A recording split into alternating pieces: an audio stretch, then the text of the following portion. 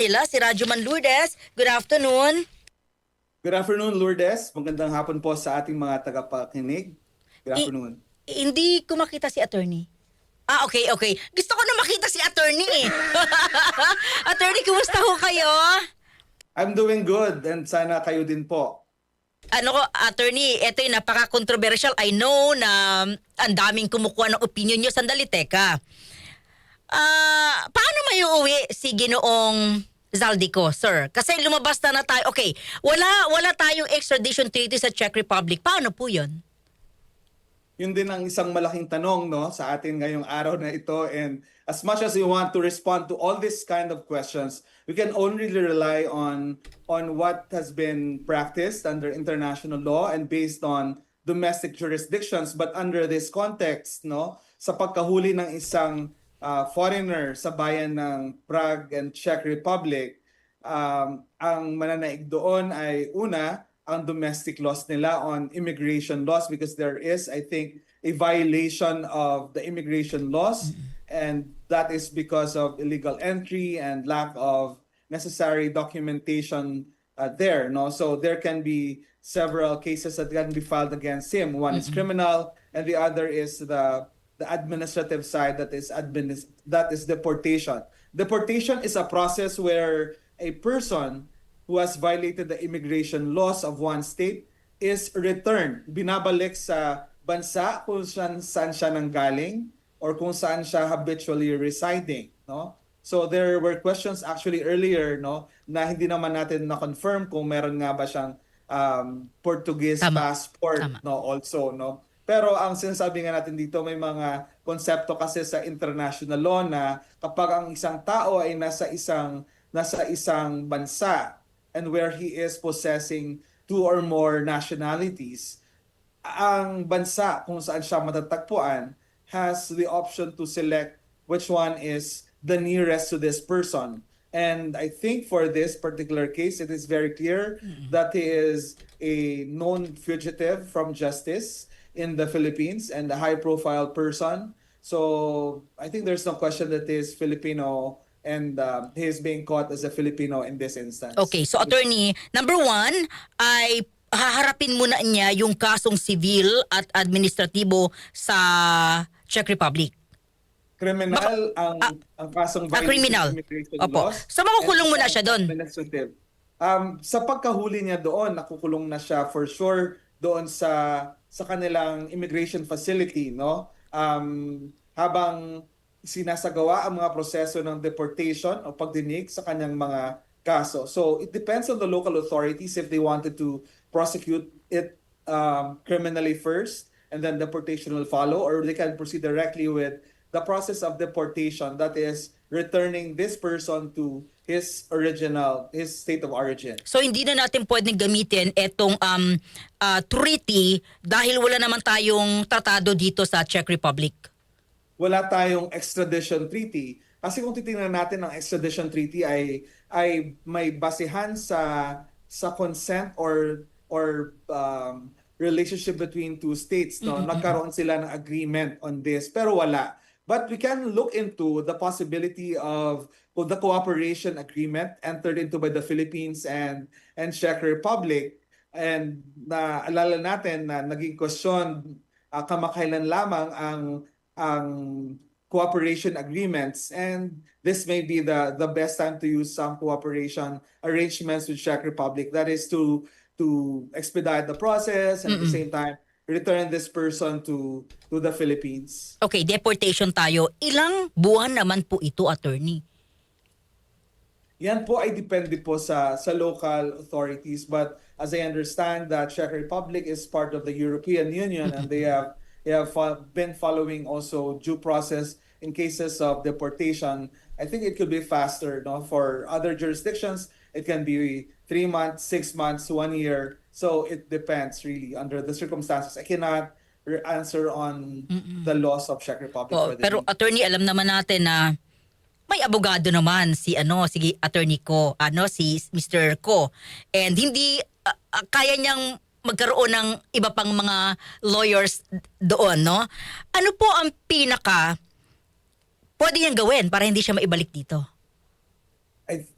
ako ano lang naman, haka-haka lang naman ito, no, pero I think one of the possible items that they can probably act on this is to delay the process of deportation, no, and one of the actions that they can probably take is they will file an application for being a political asylum seeker in the Czech Republic, no? Kung saan sasabihin niya na he is being persecuted on account of his political opinion against the current administration, which we are saying, and the government may probably argue that no, it's not a case of persecution. Rather, it is a case of prosecution. Prosecution because there are graft and malversation charges against him as filed before the Sandiganbayan that issued an arrest warrant against him as well. Pero Kasi ang pag-file kasi ng asylum seeker application, sometimes it can suspend the deportation process. exactly, No? oo. Sabi ko nga attorney kanina, wala na ring passport si Attorney Roque, pero dahil siya ay naghain din ng kanyang asylum, no?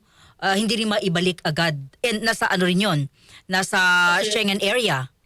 Kasi ang application for asylum has an effect of suspending the deportation proceedings as against him, no? So habang pending ang pagdinig sa asylum application or refugee application status determination, which is also limited by a certain period of time, pwedeng isuspend ang proseso ng deportation, and that can be one of the legal remedies At that may be applicable. oo nga, so matagal.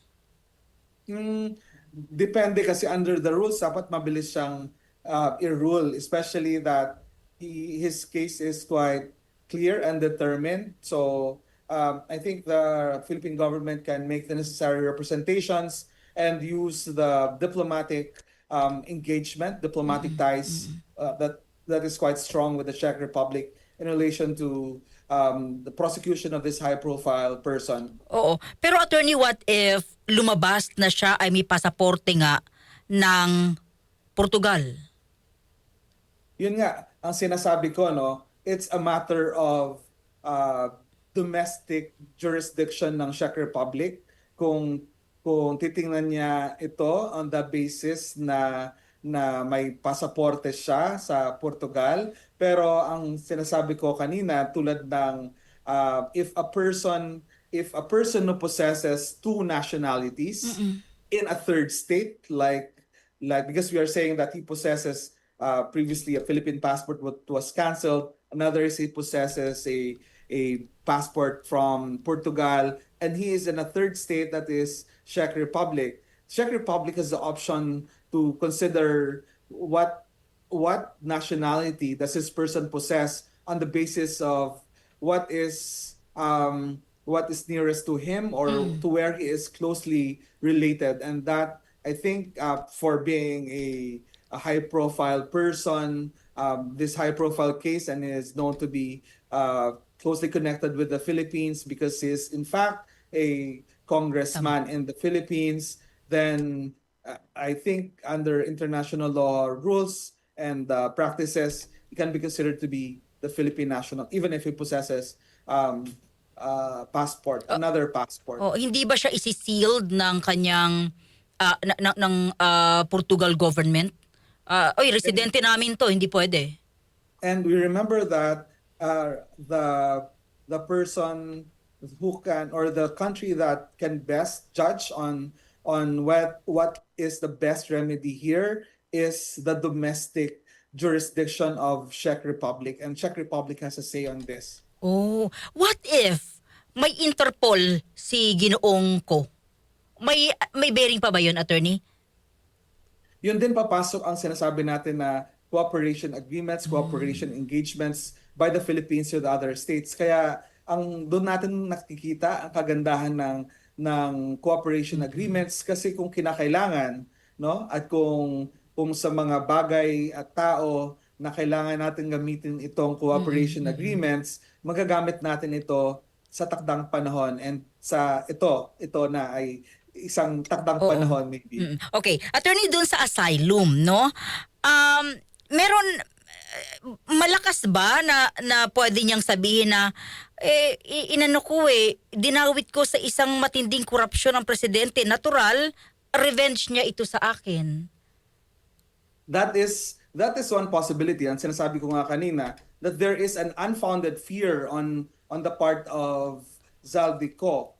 And that unfounded fear is on the basis of persecution, meaning inaakusahan siya na walang basihan on the basis simply of his political opinion because of these videos accusing the President of the Philippines and other persons here. That can be based in political opinion. And he would say, because of my unfounded fear of being persecuted in the Philippines on account of my political opinion videos expressing political beliefs and against the current administration in the Philippines. Look, I am being persecuted even in Czech Republic. So that's why I'm applying for that. But note that there can be opposition also on the application niya, no? Especially na well documented naman at ang ating gobyerno. I would suppose that they will also file the necessary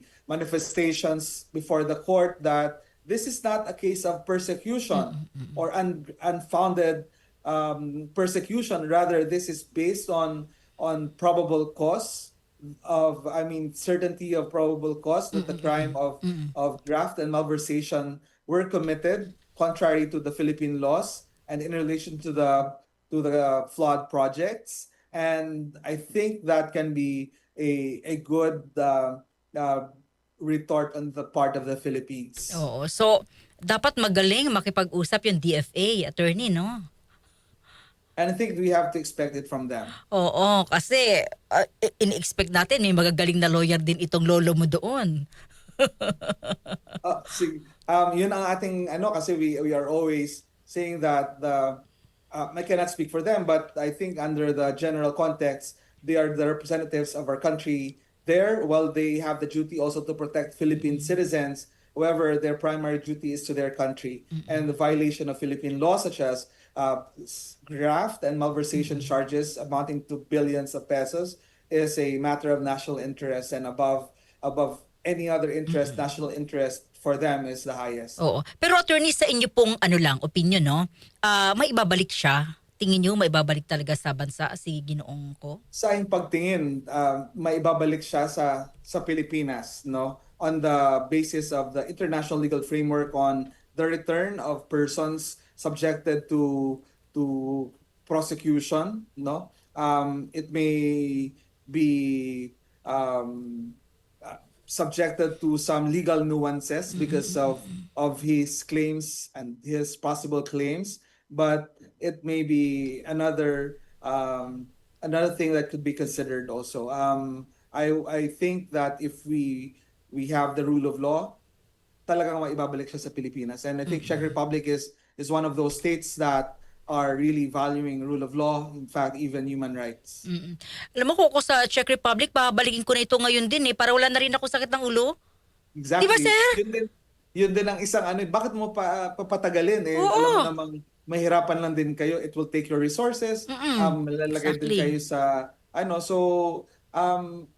pwede din nating tingnan sa ganyang paraan. Oo. Attorney, maraming salamat sa inyo. Buti nandyan kayo at nabigyan nyo kami ng ng kalinawan sa mga international laws tulad ng mga ganitong sitwasyon. Attorney, mabuhay po kayo. Maraming salamat. Thank you so much. Maraming salamat, Lourdes, and good luck to everyone. Maraming salamat si Attorney Rodel Taton. Siya po yung founder ng Taton Law